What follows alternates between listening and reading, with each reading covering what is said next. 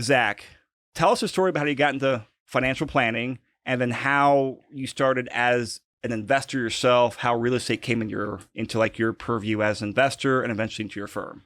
Yeah, how I got into financial planning is kind of interesting. I've always been a very business owner. I've always wanted to own a business. Like I don't know what I wanted to do in life other than I wanted to own a business. So after I graduated from CU Denver, I started a screen printing business. So I printed t-shirts and bags, and Whole Foods was actually one of my bigger clients. So we handmade these Whole Foods reusable shopping bags.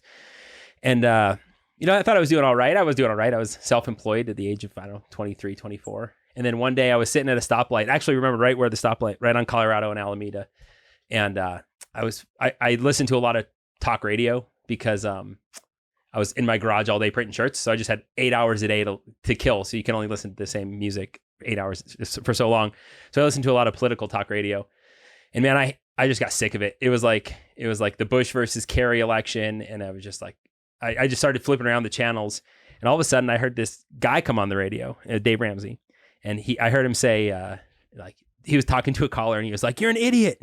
You got a credit card. You've got a car loan. You've got a student loan. You've got a mortgage. You've got a second mortgage. You've got everything." And I was at that light, and I was that same guy. I had one of every single debt he listed off and was insulting this guy on the radio for. And that's how I started. I said, well, I should probably hire a financial planner.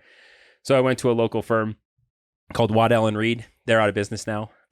But in that meeting, I was kind of trying to show the guy, the financial advisor, how much I knew about financial planning.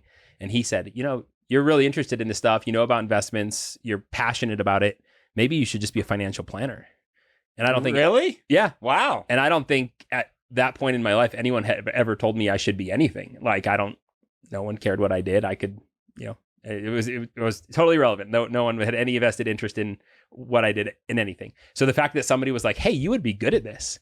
Like it was just like a cold shower on a hot day. I was like, that's the most refreshing thing I ever heard. And sure enough, I went to the next meeting where we talked about getting licensed. And, a year later, I was sold my screen printing business and was a financial advisor. So did you end up working at his firm? Did he recruit you essentially as well? That's right. Okay. Yeah, I worked at the Cherry Creek office of Waddell and Reed starting in, I didn't actually started August 31st, 2008. So 15 days before the great financial crisis. That's a perfect time. It really was, because all the other financial advisors were quitting or had disappointed their clients.